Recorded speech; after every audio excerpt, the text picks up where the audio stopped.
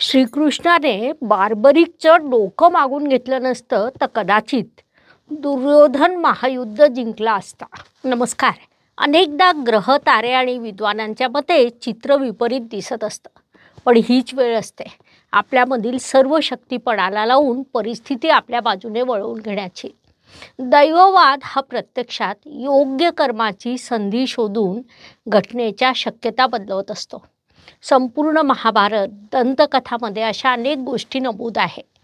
या व्हिडिओ मालिकेत आपण त्या पाहत आहोत. अनेक विद्वानांनी आपले बुद्धिचातुर्य योग्य वेळी वापरून केलेल्या कर्माच्या बळावर भाग्य बदलण्याची किमया केली आहे. अशीच किमया धर्म आणि अधर्माच्या लढाईत श्रीकृष्णाने घडवून आणल्यामुळे युद्धाचा परिणाम हा धर्माच्या बाजूने दिसला. या युद्धात अनेक विद्वानांचं पाठबळ हे दुर्योधनाला मिळणार होतं, पण श्रीकृष्णाने आपलं बुद्धिचातुर्य वापरून ते होऊ दिलं नाही. त्यातला एक प्रसंग म्हणजे श्रीकृष्णाने बार्बरीकचं मागून घेतलेलं शीर. बार्बरीक हा एक धनुर्विद्या प्राप्त असलेला योद्धा होता. कोणत्याही लढाईत ज्याची बाजू दुर्बल असेल त्या बाजूने तो लढणार होता.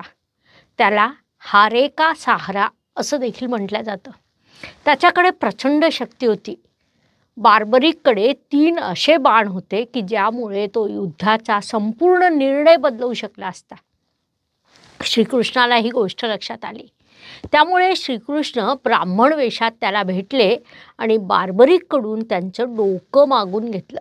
कारण बार्बरीक युद्धात उतरला असता तर कमजोर बाजू म्हणून त्याला दुर्योधनाच्या बाजूने उतरावं लागलं असतं.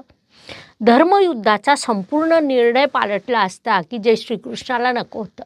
त्यामुळे कृष्णाने ते घडवून आणलं आणि बार्बरीकला संपूर्ण महायुद्ध केवळ पाहण्यासाठी उपलब्ध करून दिलं. बार्बरीकचं डोकं कापलेलं होतं. ते कापलेलं डोकं एका उंच ठिकाणी ठेवून संपूर्ण महायुद्ध त्यांनी पाहिलं आणि महायुद्ध पाहिल्यानंतर बार्बरीक असे म्हणाले की हे युद्ध दोन्ही बाजूने फक्त आणि फक्त श्रीकृष्ण लढले.